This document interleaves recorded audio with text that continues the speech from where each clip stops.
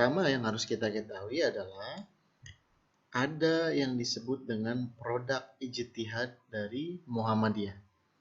Produk ijtihad, kita tahu yang namanya ijtihad itu adalah suatu hasil pemikiran di mana itu merupakan suatu bentuk kesungguhan yang dilakukan oleh para ulama dan para pimpinan di Muhammadiyah ketika itu, yang kemudian menghasilkan sebuah produk pemikiran.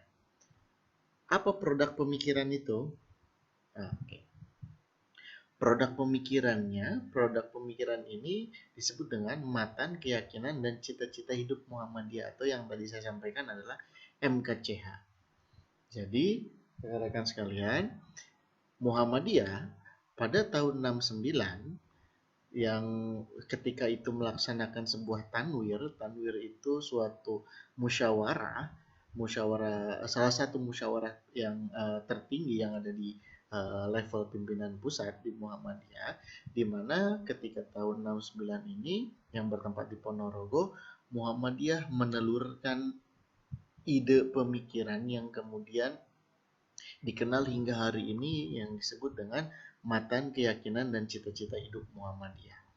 Jadi MKCH ini sudah ada sejak tahun 69, di mana dulu ini ya disahkannya dan cikal bakalnya berasal dari tanwir tahun 69 di Ponorogo.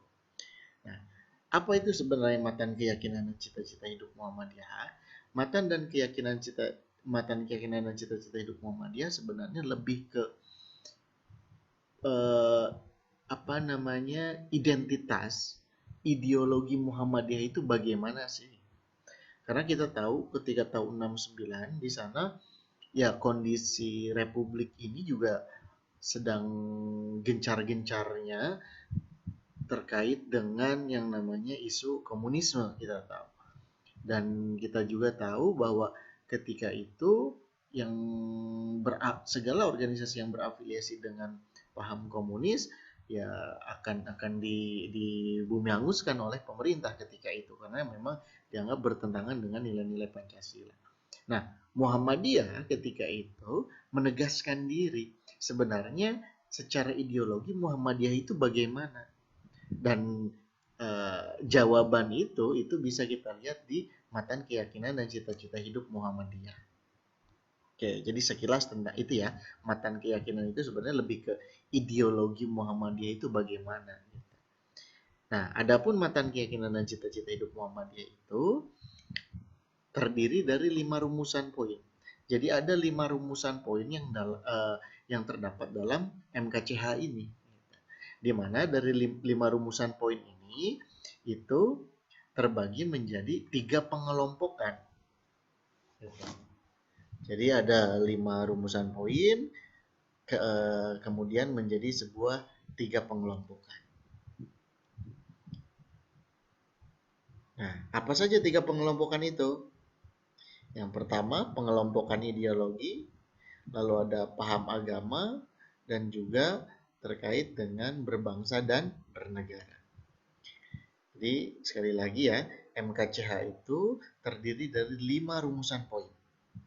5 rumusan poin itu terdiri dari 3 pengelompokan, di mana pengelompokannya itu adalah berbicara tentang paham ideologi, lalu tentang agama, dan juga konsep berbangsa dan bernegara.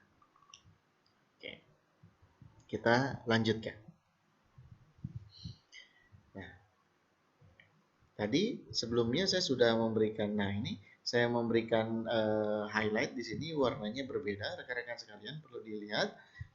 Ideologi warna hitam, paham agama berwarna merah, dan berbangsa dan negara itu berwarna hijau. Ini sebenarnya lebih untuk meng-highlight saja, karena nanti ketika saya tampilkan warna hitam misalnya, berarti itu berkaitan dengan ideologi.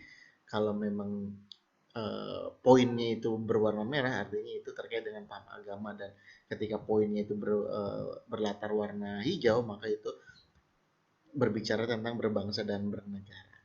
Oke, kita lanjut. Nah, ini warna hitam, artinya ini berbicara tentang ideologi. Bagaimana secara ideologi kita lihat? Muhammadiyah adalah gerakan Islam dan dakwah amar ma'ruf nahi munkar, berakidah Islam dan bersumber pada Al-Quran dan Sunnah. Bercita-cita dan bekerja untuk mewujudkan masyarakat utama, adil, makmur yang diridhoi Allah Subhanahu wa taala. Untuk melaksanakan fungsi dan misi manusia sebagai hamba dan khalifah Allah di muka bumi. Nah, dilihat dari poin pertama ini poin ini masuk dalam kelompok ideologi. Artinya, bagaimana sih kalau kita ingin tahu ideologi Muhammadiyah itu seperti apa? Apakah Muhammadiyah itu suatu ideologi yang ingin mendirikan sebuah negara Islam misalnya, atau bukan? Nah, dilihat di sini.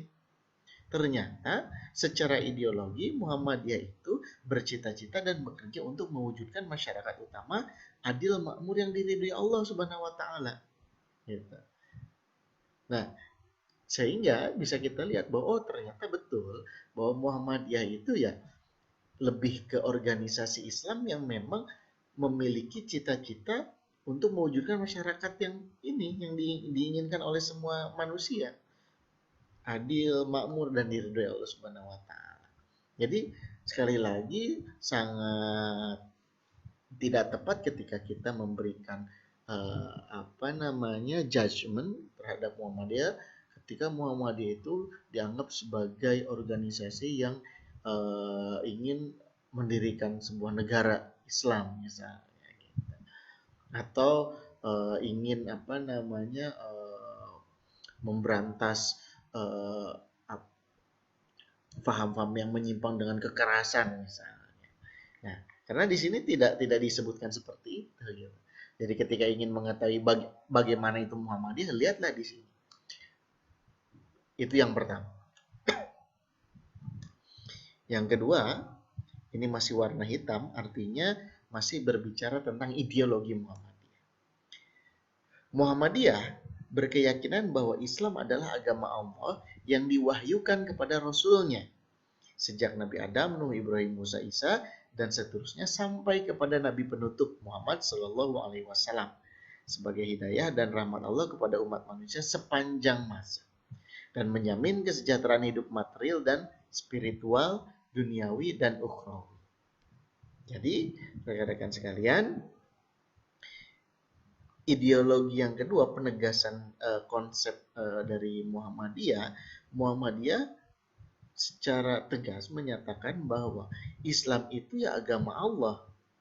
Artinya agama yang memang benar-benar berasal dari Allah, bukan agama yang memang dicipta-ciptakan oleh manusia. Gitu. Jadi diwahyukan kepada Rasul sejak Nabi Adam hingga Nabi penutup Muhammad SAW sebagai hidayah dan rahmat Allah kepada umat manusia sepanjang masa dan menjamin kesejahteraan hidup material dan spiritual, duniawi dan ukhrawi. Jadi ini lebih ke penegasan kembali bahwa Muhammadiyah secara sungguh-sungguh berkeyakinan bahwa yang namanya Islam itu ya agama yang memang benar. Jadi Muhammadiyah benar-benar sangat firm bahwa Islam itu agama yang memang diturunkan oleh Allah langsung kepada para rasulnya. Gitu. Jadi bukan sesuatu agama yang diada-adakan oleh para manusia. Gitu. Ini secara ideologi dari Muhammadiyah.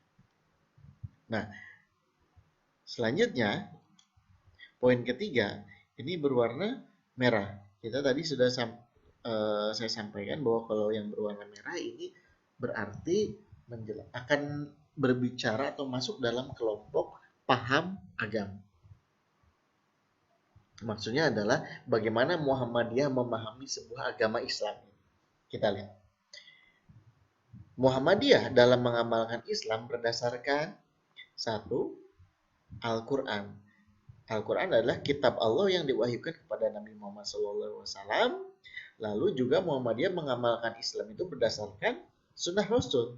Di mana sunnah Rasul itu maksudnya adalah penjelasan dan pelaksanaan ajaran-ajaran Al-Quran yang diberikan oleh Nabi Muhammad SAW dengan menggunakan akal pikiran sesuai dengan jiwa ajaran Islam. Jadi Muhammadiyah sekali lagi menyatakan bahwa dalam beragama Islam, Muhammadiyah akan selalu mengamalkan perbuatan-perbuatan yang dilakukan itu yang mengacu kepada Al-Quran dan Sunnah Rasul. Ya. Makanya istilahnya ada rujuk ilal Quran wa Sunnah, kembali kepada Quran dan Sunnah, karena itulah pengamalan Islam yang memang yang terbaik, mengacu terhadap Quran dan juga Sunnah Rasul dengan menggunakan akal pikiran sesuai dengan jiwa ajaran Islam. Gitu. Jadi kurang tepat kalau memang ada yang menyatakan Muhammadiyah itu apa namanya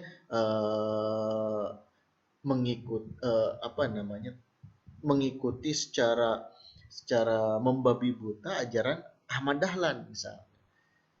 Karena sesungguhnya Muhammadiyah itu ya bukan Dahlaniyah, artinya bukan pengikutnya Ahmad Dahlan, tapi ya pengikut Nabi Muhammad. Artinya meskipun Ahmad Dahlan itu pendiri Muhammadiyah, tapi secara organisasi ya Muhammadiyah tidak mengacu terhadap apa yang dilakukan oleh Ahmad Dahlan. Gitu. Ya mengacunya kemana? Ke sini, Quran dan Sunnah Rasul. Gitu. Jadi bisa jadi apa yang dilakukan oleh Ahmad Dahlan misalnya ketika itu sesuatu yang tidak tepat misalnya sesuai berdasarkan Sunnah Rasul. Nah kemudian ya warga-warga Muhammadiyah tidak semerta-merta untuk taklid buta gitu. Tapi di Muhammadiyah kita tahu bahwa yang namanya pengamalan Islam itu ya harus berdasarkan Quran Sunnah, sehingga siapapun yang memang dianggap tidak menjalankan atau tidak mengamalkan Islam berdasarkan Quran dan Sunnah ya perlu kita tinggalkan seperti itu. Jadi ini penegasan yang sangat luar biasa menurut saya, konsep beragama menurut Muhammadiyah. Ini yang ketiga ya. Nah, yang keempat masih warna merah, ini artinya masih kelompok yang kedua di mana membicarakan tentang paham agama. Muhammadiyah bekerja untuk terlaksananya ajaran-ajaran Islam yang meliputi bidang-bidang satu, akidah.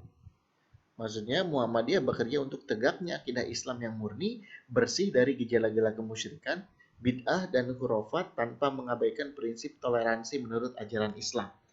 Nah ini yang sudah pernah saya bahas pada video sebelumnya terkait dengan TBC ya, tahayyul bid'ah khurafat, termasuk terkait dengan bid'ah fikih bid'ah yang memang sudah saya jelaskan. Jadi silakan buka lagi video saya pada yang pernah saya upload pada minggu lalu. Yang kedua, Muhammadiyah bekerja untuk terlaksananya bidang akhlak. Artinya Muhammadiyah bekerja untuk tegaknya nilai-nilai akhlak mulia dengan berpedoman kepada ajaran-ajaran Quran dan Sunnah Rasul, tidak bersendi kepada nilai-nilai ciptaan manusia. Nah ini penting. Artinya Muhammadiyah juga concern terhadap pembinaan akhlak, gitu. Bahwa yang namanya akhlak manusia itu, terutamanya umat Muslim, dia harus berpedoman kepada ajaran Quran dan Sunnah Rasul dan tidak bersendi kepada nilai ciptaan manusia. Maksudnya kita tahu bahwa yang namanya perbuatan baik dan benar itu bisa saja berbeda sesuai dengan sudut pandang. Menurut suatu budaya tertentu, misalnya duduk di depan pintu misalnya itu sesuatu yang sangat dilarang. Tapi bagi budaya tertentu lainnya itu bisa dianggap sesuatu yang boleh-boleh saja, artinya tidak menjadi sesuatu yang terlarang. Nah, artinya secara perspektif ini sudah berbeda. Menurut Muhammadiyah, kalau berkaitan tentang akhlak, artinya ya kembali lagi kepada Quran dan Sunnah Rasul. Artinya selama itu tidak bertentangan dengan Quran dan Sunnah Rasul, ya yakini bahwa itu adalah benar. Tapi ketika memang ada nilai-nilai ciptaan manusia yang pada akhirnya itu bertentangan dengan Sunnah Rasul dan ajaran Quran, maka ya perlu kita tinggalkan dan lebih memilih Quran dan Sunnah Rasul seperti itu secara akhlak. Jadi bukan hanya pengamalan Islam saja. Jadi pengamalan Islamnya yang termasuk dalam akhlak gitu. Jadi baik dan benarnya itu berkaitan erat dengan sumber dari Quran dan Sunnah Rasul. Lalu yang ketiga, ibadah. Muhammadiyah bekerja untuk tegaknya ibadah yang diturunkan oleh Rasulullah SAW tanpa tambahan dan perubahan manusia. Nah ini juga sama, artinya dalam hal ibadah ya tidak bisa kita serta merta mengikuti pendapat ulama misalnya yang kemudian ya dia rubah gitu yang sebenarnya sudah ada ketentuan dari Nabi Muhammad. Misalnya sholat, apalagi ibadah-ibadah mahdoh ya, sholat misalnya subuh jadi 3 rakaat lah atau 4 rakaat lah atau 1 rakaat misalnya dalam kaitannya dengan efisiensi misalnya. Nah itu tidak bisa. Jadi Muhammadiyah bekerja untuk tegaknya ibadah yang diturunkan oleh Rasul tanpa tambahan dari perubahan manusia. Artinya konteksnya adalah ibadah mahdoh. Artinya kalau ibadah yang memang sudah ada ketentuannya dari Rasul, maka ikuti itu. Ketika ada orang-orang yang memang ingin merubah itu ya, itu bukan menjadi pengamalan di Muhammadiyah. Selanjutnya, Muhammadiyah bekerja untuk terlaksananya muamalah duniawiyah atau pengolahan dunia dan pembinaan masyarakat dengan berdasarkan ajaran agama serta menjadi semua kegiatan dalam bidang ini sebagai ibadah. Nah, ini konteksnya ibadah yang bisa disebut dengan ghair mahdoh juga.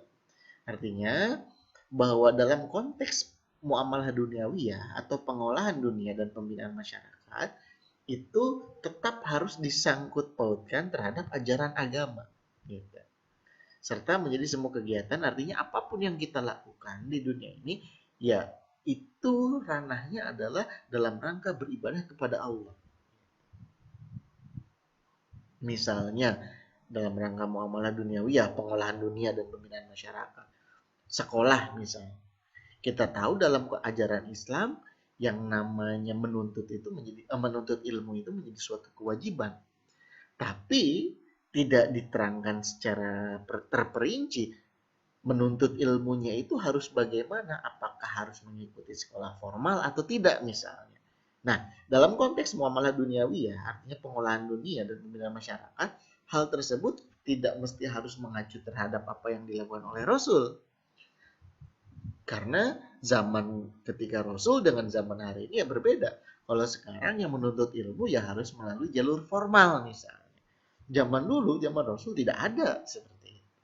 Nah, sehingga kuliahnya kita, sekolahnya kita itu ya dalam ranah konteks beribadah kepada Allah Subhanahu wa taala, itu maksudnya. Jadi ini poin keempat ya dari paham beragama yang dianut atau diyakini oleh Muhammadiyah.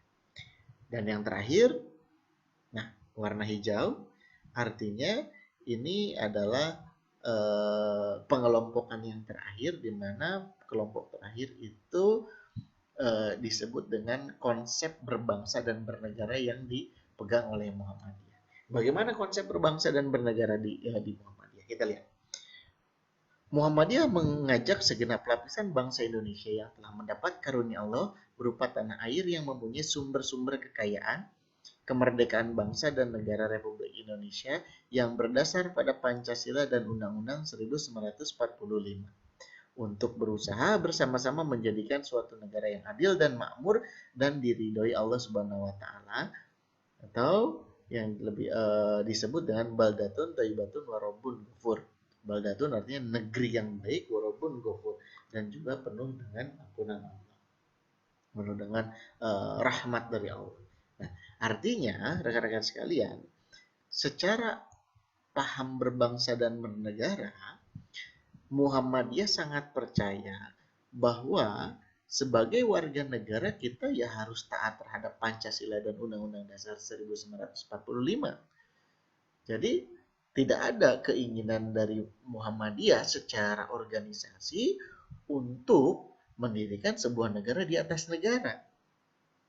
Gitu. Jadi meskipun Muhammadiyah itu sudah sangat meluas dari Sabang sampai Merauke ada, dari level desa sampai di tingkat nasional ada, ya Muhammadiyah bukan ingin mencari cara untuk kemudian mendirikan sebuah negara, tidak. Gitu. Karena Muhammadiyah secara paham berbangsa dan bernegara, kita tunduk patuh terhadap apa yang disebut dengan Pancasila sebagai ideologi negara kita, dan juga Undang-Undang Dasar sebagai hukum tertinggi dari bangsa kita.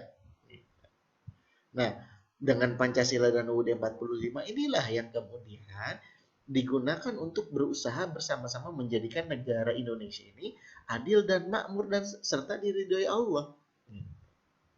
Jadi inilah rekan-rekan sekalian, paham kebangsaan yang memang dianut dan juga atau diyakini oleh Muhammadiyah. Sehingga sekali lagi tidak ada atau apa namanya keinginan dari Muhammadiyah untuk mendirikan sebuah negara atau ingin apa namanya memporak-porandakan bangsa ini gitu, atau misalnya mengganti Pancasila misalnya, tidak ada, karena ini sudah sangat tegas bahwa yang namanya Muhammadiyah secara prinsip, secara ideologi, paham kebangsaan dan bernegaranya ya tunduk patuh terhadap Pancasila dan Undang-Undang Dasar 1945. Jadi itu saja rekan-rekan sekalian terkait dengan MKCH, Matan Keyakinan dan Cita-Cita Hidup Muhammadiyah, di mana tadi saya coba simpulkan terdapat lima rumusan poin, dan juga dari 5 rumusan poin itu dibagi ke dalam 3 kelompok, di mana 3 kelompoknya adalah ada ideologi, ada paham agama, dan juga berbangsa dan bernegara. Ya, seperti itu, mudah-mudahan teman-teman bisa memahami dari apa yang telah saya sampaikan. Terima kasih atas perhatiannya. Assalamualaikum warahmatullahi wabarakatuh.